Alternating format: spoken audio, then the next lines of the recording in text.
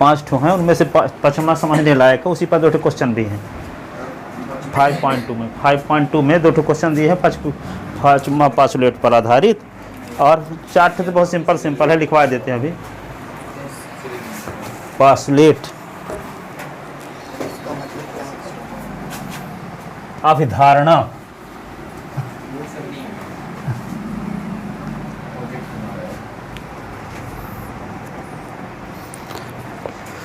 अभिधारणा first लिखो, postulate. अरे आज मार्करों न चलेगा क्या? हाँ,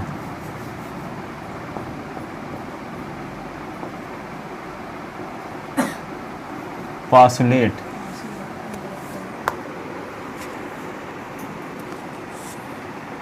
ठीक है। First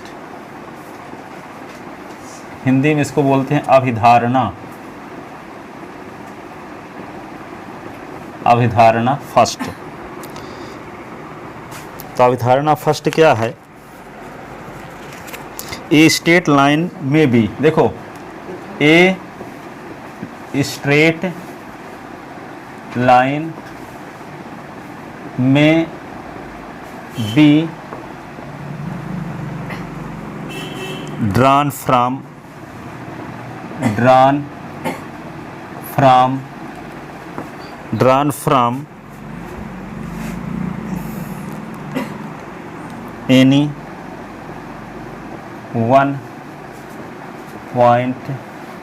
1.2 any other point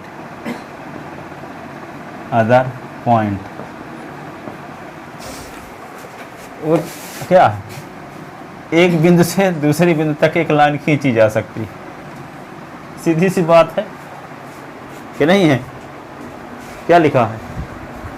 A straight line may be drawn from any 1.2 any other point, एक बिंदु से दूसरी बिंदु तक एक रेखा खींची जा सकती है।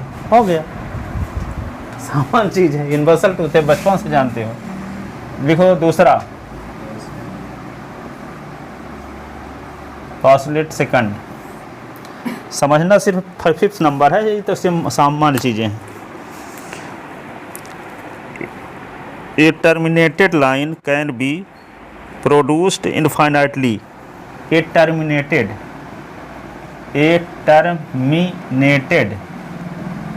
लाइन कैन बी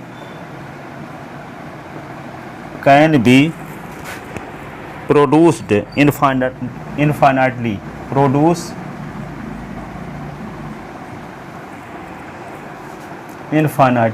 इनफाइनाइटली एक शांत रेखा को अनंत तक बढ़ाया जा सकता है। एक शांत रेखा ए बी है, इसको पीछे जितना चाहो उतना बढ़ा सकते हो, आगे भी जितना चाहो उतना बढ़ा सकते हो। एक रेखाखंड खींची हुई है तो इसको अनंत दूरी तक बढ़ाया जा सकता है, दोनों साइड। कहाँ तक? इनफाइनाइट दूरी तक इसको बढ़ाया जा सकता है। एक लाइन खींची हुई है, उस लाइन को इनफाइनाइट डिस्टेंस तक बढ़ाया जा सकता है दोनों साइड में। टर्मिनेटेड माने शांत, जैसे दशमलव निरूपण शांत है, ठीक है। जैसे आप ये जानते हो कि 0.25 है, तो इसको क्या लिखेंगे? 25/100 लिख देते हैं। इसका क्या है? Decimal form. टर्मिनेटेड है ना, यहाँ बोलते थे ना, पढ़े हो।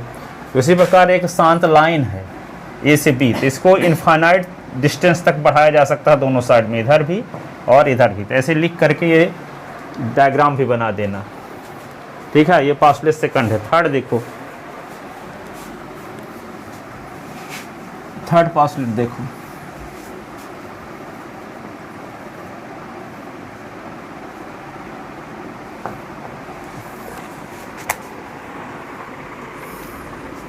ये circle can be drawn, a circle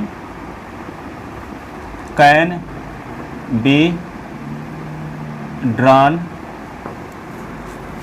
be drawn with any centre,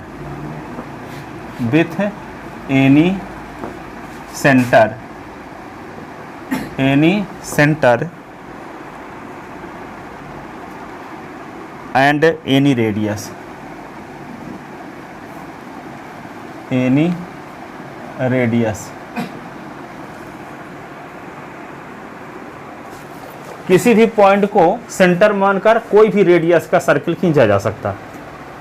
जो मन हो, कोई पॉइंट ले लो सेंटर मानो और उसको कोई रेडियस लेकर 1 सेंटीमीटर, 2 सेंटीमीटर, 15 सेंटीमीटर, किसी पॉइंट को आप सेंटर मान लो और कोई रेडियस लेकर के एक सर्किल खींच सकते हो कि नहीं। कोई भी पॉइंट को सेंटर मान लो तो एक सर्किल ये बन गया। मान लो इसका सेंटर O है और रेडियस क्या है OA, इसको रेडियस मान लो कैपिटल या स्मॉल r है। अब एक और सर्किल हम खींच सकते हैं। मान लो कोई पॉइंट O डैश है और इसकी रेडियस कैपिटल R है, तो इस रेडियस का हम एक सर्किल और खींच सकते हैं। तो किसी पॉइंट को सेंटर मानकर और किसी रेडियस का एक सर्किल हम खींच सकते हैं। ठीक है, कोई ज़रूरी नहीं है कि 5 सेंटीमीटर रेडियस लेना पड़ेगा और किसी पर्टिकुलर पॉइंट को ही सेंटर लेना पड़ेगा। किसी पॉइंट को आप सेंटर मान लो, कोई भी रेडियस लेकर के एक सर्किल आप खींच सकते हो। किसी भी पॉइंट को सेंटर मानकर और कोई भी रेडियस का एक सर्किल खींचा जा सकता है। मान लो पॉइंट O को सेंटर मान लिए, 5 सेंटीमीटर रेडियस लेकर एक सर्किल खींच दिए। ठीक है, O डैश को सेंटर मान लिए और 10 सेंटीमीटर रेडियस लेकर एक सर्किल खींच लिए राउंडर से। ठीक है, किसी भी पॉइंट को नहीं, जैसे मान लो यहाँ पे एक तो बड़ा सा कागज़ पड़ा है, तो आप क्या करोगे, किसी को सेंटर मान के सर्किल खींच दिए कि नहीं ऐसे। तो किसी भी पॉइंट को सेंटर मान के हम जितने सारे उतने रेडियस खींच सकते हैं। कोई भी रेडियस लेकर उसकी रेडियस बढ़ा दिए, कम कर दिए। ठीक है, तो किसी पॉइंट को सेंटर मानकर कोई भी रेडियस लेकर के एक सर्किल खींचा जा सकता है। तो पहला क्या है प्रॉपर्टी, 2 पॉइंट से होकर एक लाइन खींची जा सकती है। ठीक है, एक स्ट्रेट लाइन को दोनों साइड में इनफाइनाइट डिस्टेंस तक बढ़ाया जा सकता है। तीसरी प्रॉपर्टी क्या है, किसी भी पॉइंट को सेंटर मानकर कोई भी रेडियस लेकर के एक सर्किल खींचा जा सकता है। समझ गए, 2 पॉइंट से होकर के एक लाइन खींची जा सकती है। किसी भी लाइन सेगमेंट को हम क्या करेंगे, इनफाइनाइट डिस्टेंस तक बढ़ा सकते हैं। तीसरा क्या है, किसी भी पॉइंट को सेंटर मानकर कोई भी रेडियस लेकर एक सर्किल खींचा जा सकता है। समझ गए। आप लिखो चौथी property,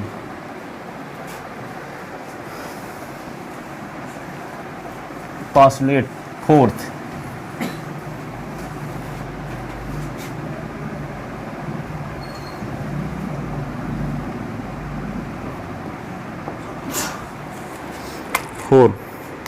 all right angle are equal to each other. All right angles are equal to each other.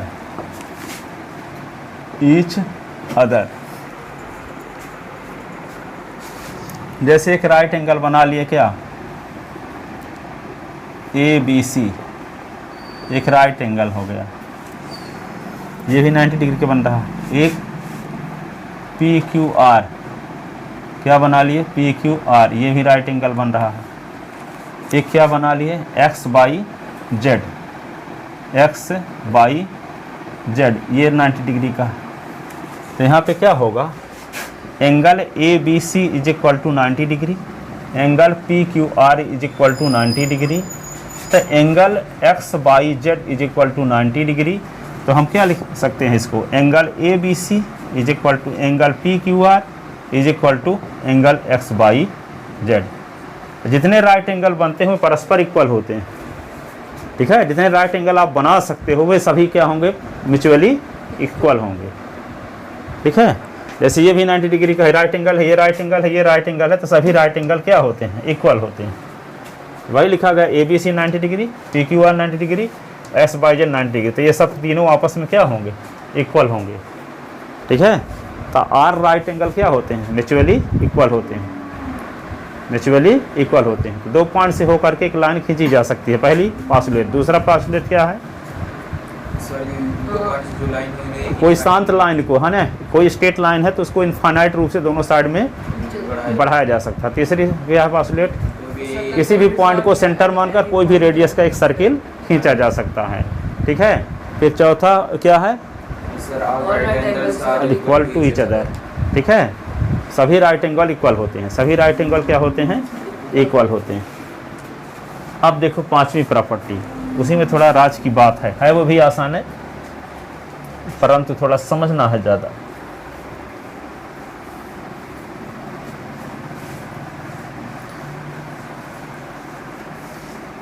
पांचवी प्रॉपर्टी ये है, सुनो अब अच्छे से, उससे संबंधित आप पढ़े हो। जैसे दो स्ट्रेट लाइन को कोई ट्रांसवर्सल लाइन काटती है, जैसे ए बी और सी डी दो स्ट्रेट लाइन है, एक ट्रांसवर्सल लाइन काटती है। और ट्रांसवर्सल लाइन क्या है, मान लो ये ट्रांसवर्सल लाइन यल है, ए बी को पी पर और इसको सी डी को क्यू पर काटती है, तो को इंटीरियर एंगल क्या होते हैं? हाँ, ये एंगल को इंटीरियर होंगे, तो दोनों को इंटीरियर एंगल का सम सप्लीमेंट्री होता है। को इंटीरियर एंगल का सम क्या होता है? सप्लीमेंट्री 180 डिग्री होता है। तो वही बोला है, इसी से रिलेटेड वे है कि जैसे दो लाइन है आपके पास, एक लाइन है, मान लो एक लाइन है एक्स बाई है, और एक लाइन क्या है जेड, एक लाइन क्या है जेड, और ट्रांसवर्सल लाइन का नाम एक्स है, ट्रांसवर्सल लाइन का नाम क्या है? एक्स है, ठीक है।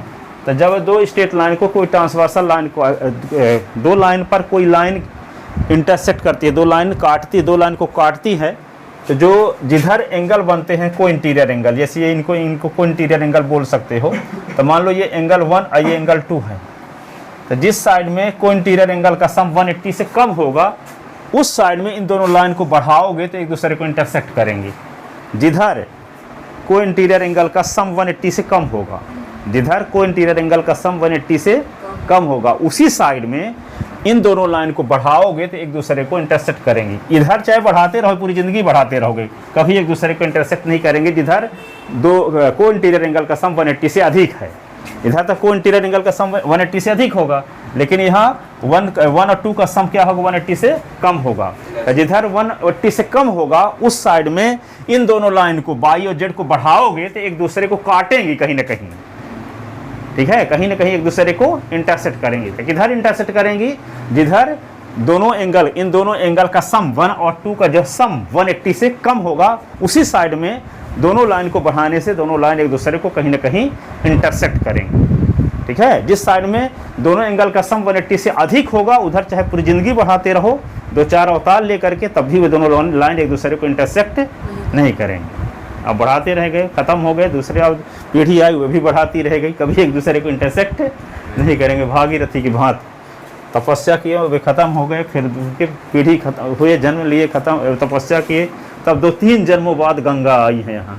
हम उस गंगा की वैल्यू समझते नहीं हैं। तपस्या किए, इतना तपस्या किए कि जन्म लिए और तपस्या करते रह गए। अब ठीक है, अब उनके कोई दूसरा पीढ़ी में पैदा हुआ, वे भी तपस्या किया, लास्ट में भागीरथी की तपस्या से गंगा जी खुश हुई और यहाँ पृथ्वी में आ गई। और उसकी वैल्यू हम लोग सामान्य नदियों की भांति मानते हैं। चलो, तो ये समझ में आई बात। दो स्ट्रेट लाइन मान लो बाई और जेड लेते हैं, बाई और जेड पर एक एस लाइन पड़ती है, दोनों पर, दोनों को काटती है, ठीक है। तो जिस साइड में को इंटीरियर एंगल का सम 180 से कम होगा, उसी साइड में बाई और जेड को बढ़ाएंगे तो एक दूसरे को कहीं ना कहीं इंटरसेक्ट करेंगी। क्या करेंगी? इंटरसेक्ट करेंगी। किधर इंटरसेक्ट करेंगी? जिधर को इंटीरियर एंगल का सम 180 से कम होगा। समझ गए ना? क्या समझे आप बताओ? जब दो स्ट्रेट लाइन को कोई लाइन काटती है, को इंटीरियर एंगल का सम 180 से लेस नहीं होगा, उसी साइड में उन दोनों लाइन को बढ़ाने पर वे एक दूसरे को क्या करेंगे? इंटरसेक्ट करेंगे। समझ गए? आप बोलो, क्या बोलोगे, कैसे बोलोगे? दो लाइन के ऊपर एक लाइन यदि पड़ती है इस प्रकार से कि को इंटीरियर एंगल का सम जिस साइड में 180 से कम होगा, उसी साइड में बढ़ाए जाने पर वे दोनों लाइन एक दूसरे को इंटरसेक्ट करती है। आप बोलो, दो लाइन पर एक कोई लाइन पड़ती है का सम 180 से कम होगा, उसी को आगे बढ़ाए जाने पर, उसी साइड में दोनों लाइन को बढ़ाए जाने पर दोनों एक दूसरे को इंटरसेक्ट करेंगे। आप बोलो, दो स्ट्रेट लाइन पर यदि कोई लाइन पड़ती है, गिरती है, फाल होती है, ठीक है, तो को इंटीरियर एंगल का सम जिस साइड में 180 से कम होगा, उसी साइड में बढ़ाए जाने पर वे दोनों लाइन एक दूसरे को इंटरसेक्ट करेंगे। आप बोलो। सर, दो लाइन पे अगर एक लाइन ट्रांसवर्सल है और उसका जो स्कोर इंटीरियर का सम 180 से अगर कम है तो वे आगे जाके इंटरसेक्ट कर देंगे। हाँ, जिधर को इंटीरियर एंगल का सम 180 से कम है तो उधर वो लाइन एक दूसरे को क्या करेगी, इंटरसेक्ट करेगी। समझ गए? तो इसको लिखो।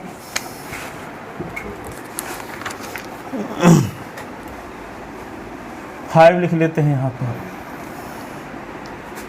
If straight line, if a straight line falling, falling यानी गिरना, पड़ना, on two straight line, straight line to straight line, make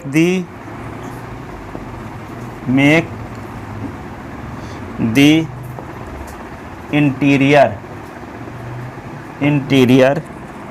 angles, इनको इंटीरियर एंगल भी कहते हैं ना, interior angles on the same side, एक ही साइड के interior angle, same side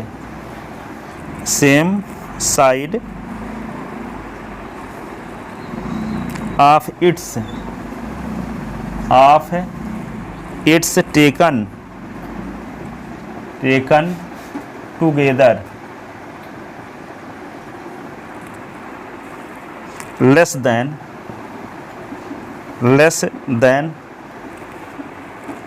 to right angle, less than two right angle. Two right angle 180 होता है ना, two right angle, right angle 90 तो to right angle 180।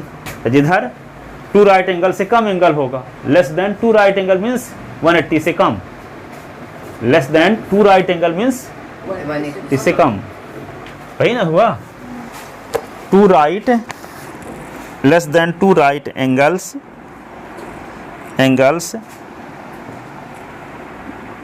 then the two straight line, then the two straight, क्या कर रहे हो, straight lines if produce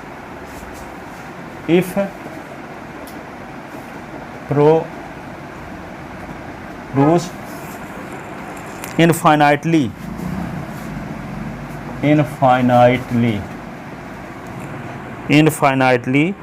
meet on that side, on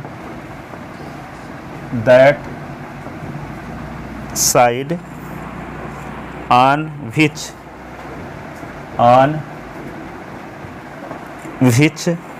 the sum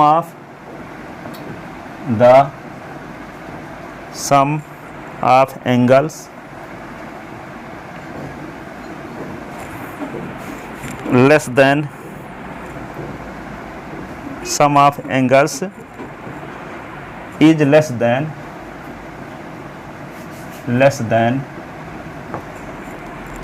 two right angles.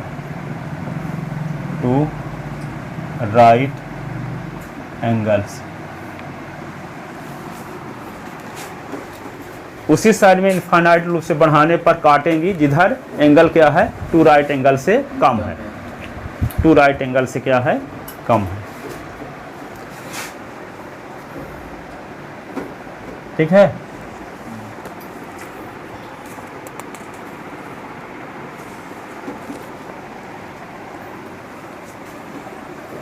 अब देखो, तो पहली property क्या है, पहला पासलेट क्या, 2 पॉइंट से एक लाइन खींची जा सकती है।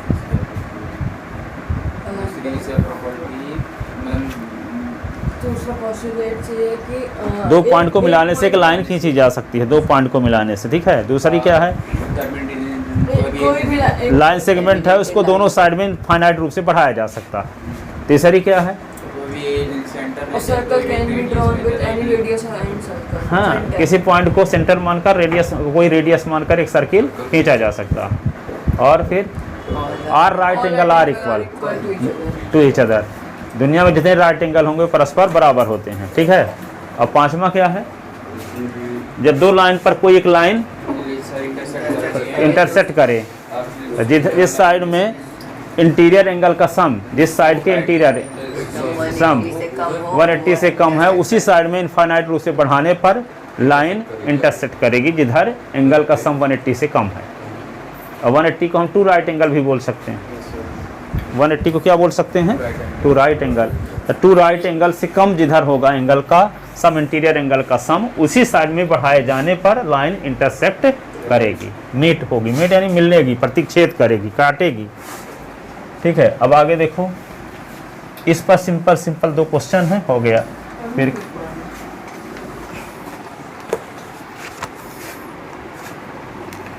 तो ये 5.2 का पहला क्वेश्चन क्या है, how would you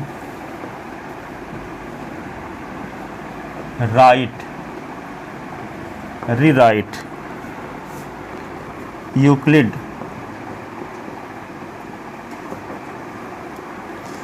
fifth postulate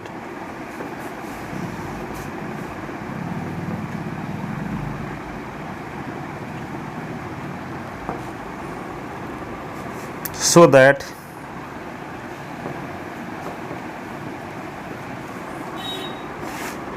it would be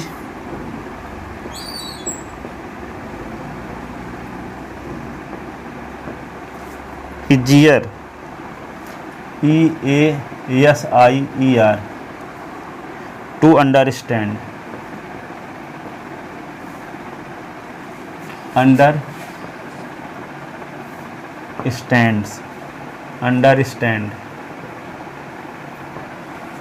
पांचवें प्रॉपर्टी को और सरल तरीके से कैसे आप समझ सकते हैं।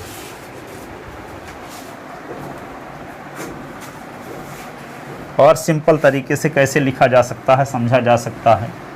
इसके माध्यम से ये है कि जैसे दो स्ट्रेट लाइन इंटरसेक्ट करती हैं, ठीक है, तो किसी लाइन के पैरेलल दो इंटरसेक्टिंग लाइन पैरेलल कभी नहीं हो सकती। दो डिफरेंट इंटरसेक्टिंग लाइन, जैसे मान लो एक लाइन है, मान लो एक लाइन का नाम हम क्या रख लिए, यल, इस लाइन का नाम क्या रख लेते हैं, यम। तो ये दोनों इंटरसेक्टिंग लाइन हैं।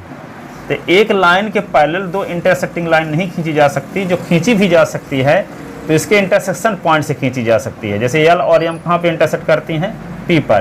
तो पी पर इंटरसेक्ट करती हैं, तो पी पॉइंट से एक लाइन खींच सकते हो जो एन के पैरेलल है। लेकिन यदि एक ही लाइन के पैरेलल कोई लाइन नहीं खींची जा सकती, जैसे यल के पैरेलल हम कोई लाइन यम खींच दें और एन के पैरेलल कोई लाइन एन खींच दें और दोनों इंटरसेक्टिंग भी हो, तो सब पॉसिबल नहीं है। दो लाइन इंटरसेक्टिंग लाइन यदि हैं, दो लाइन क्या हैं, इंटरसेक्टिंग लाइन है, तो वे दोनों इंटरसेक्टिंग लाइन एन लाइन एक ही लाइन के पैरेलल नहीं खींची जा सकती। खींची जा सकती हैं क्या, खींचो के दिखाओ। एक ही लाइन के पैरेलल दो लाइन खींचो जो इंटरसेक्टिंग हो। एक ही लाइन के पैरेलल होनी चाहिए और दोनों लाइन जो खींचने जा रहे हो इंटरसेक्टिंग भी हो। हाँ, एक ही लाइन के पैरेलल खींचना है और वे दोनों जो लाइन आप खींच रहे हो, दोनों लाइन को, दोनों एक ही लाइन के पैरेलल हो और इंटरसेक्टिंग भी करती हों, दोनों एक दूसरे को काटती भी हों। ऐसा पॉसिबल है, खींच सकते हो, लेकिन वे सब पैरेलल रहेंगी, इंटरसेक्टिंग नहीं रहेंगी।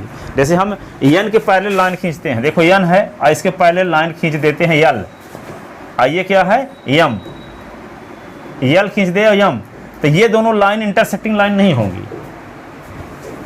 तो हम क्या बोल रहे हैं कि एक ही लाइन के पैरेलल नहीं खींच सकते ना, कि ये दोनों लाइन इंटरसेक्टिंग लाइन भी हों और एन के पैरेलल भी हों। तो एक ही लाइन के पैरेलल दो इंटरसेक्टिंग लाइन नहीं खींची जा सकती। खींची जा सकती है, नहीं खींच जा सकती। इस प्रकार से 5 पोस्टुलेट का संशोधन हुआ है और इस प्रकार से उसको दो पार्टों में डिवाइड कर दिया गया है। ठीक है, तो यहाँ पे क्या लिख सकते हैं, टू डिफरेंट लाइन लिखो, इसको लिख लो, two different line, two different line, two different intersecting line, two different intersecting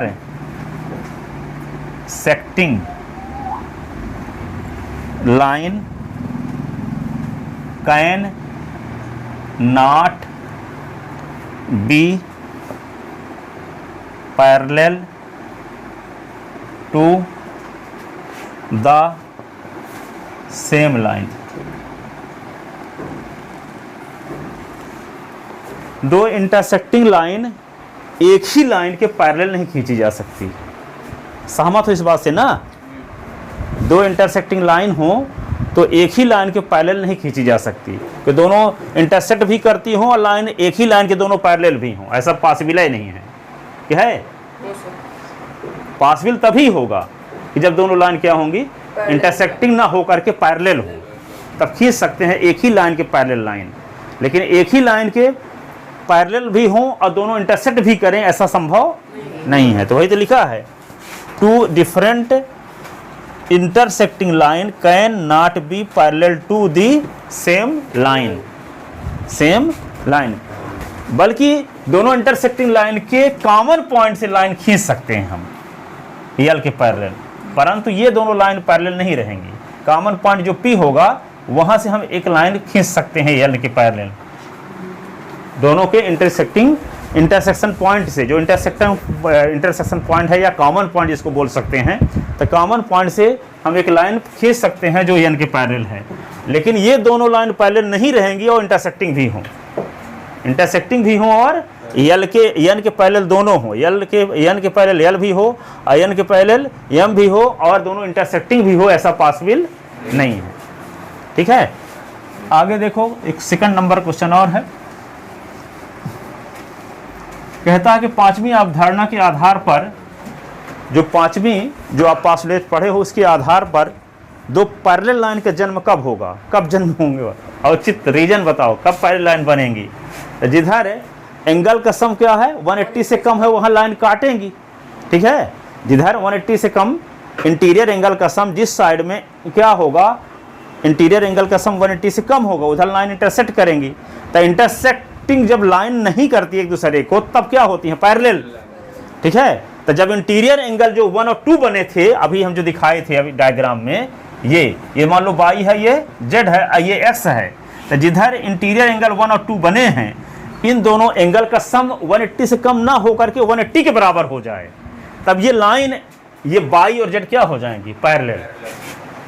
ठीक है, तो ये दोनों पैरेलल लाइन का जन्म हो जाएगा कब, जब इंटीरियर एंगल का जो सम है 180 से कम ना हो करके क्या हो जाए, 180 से कम ना हो करके क्या हो जाए, 180 के इक्वल हो जाए। क्या हो जाए, 180 के इक्वल हो जाए। तो जब 180 के इक्वल ये होगा तो ये भी क्या होगा, 180 के इक्वल इधर भी होगा। तो जब दोनों साइड का एंगल 180 से कम होगा तो ये y और z लाइन क्या हो जाएंगी,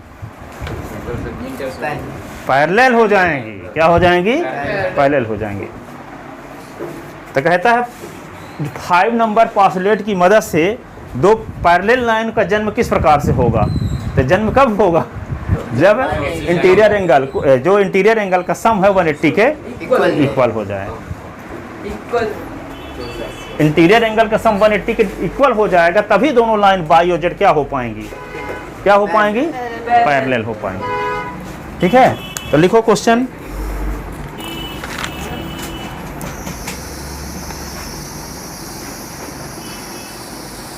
क्वेश्चन सेकंड देखो कैसे लिखा है। डज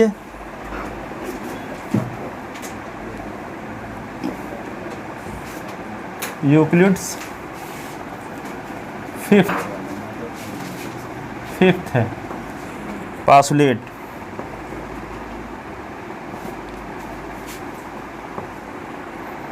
imply the existence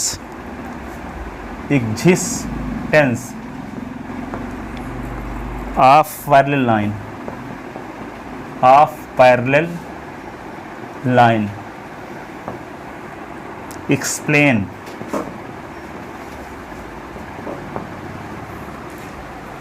ठीक है, पांचवें पास्टुलेट की मदद से दो पैरेलल लाइन का एग्जिस्टेंस किस प्रकार से हो सकता है, उसकी व्याख्या कीजिए। ठीक है, तो समझ गए ना कैसे हो सकती है पैरेलल लाइन। हाँ, इंटीरियर एंगल का सम 180 के इक्वल 180 के इक्वल हो, टू राइट एंगल के इक्वल हो, टू राइट एंगल से कम ना हो, तो क्या होंगे दोनों लाइन बाई और जेड पैरेलल हो जाएंगी। समझ गए सेंस ना।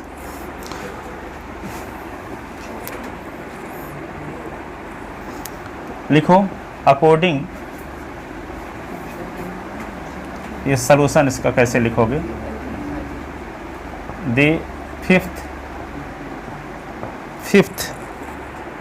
Postulate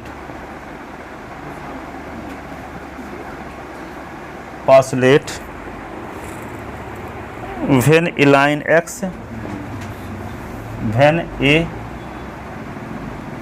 x falls on two lines by and z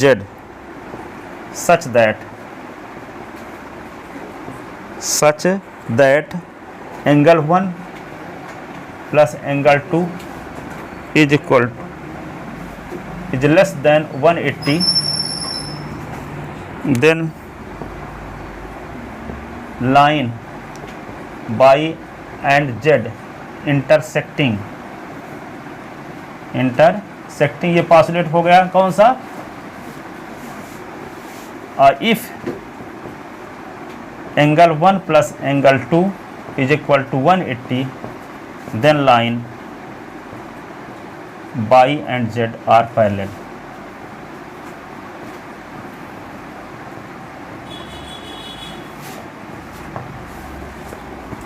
ठीक है, यदि बाई और जेड लाइन पर कोई एक्स लाइन पड़ती है, ठीक है, तो यदि 1 और 2 का सम 180 से कम है तो लाइन इंटरसेक्ट करेंगी, और 1 और 2 का सम क्या हो जाए 180 के इक्वल हो जाए, then line Y and Z are parallel.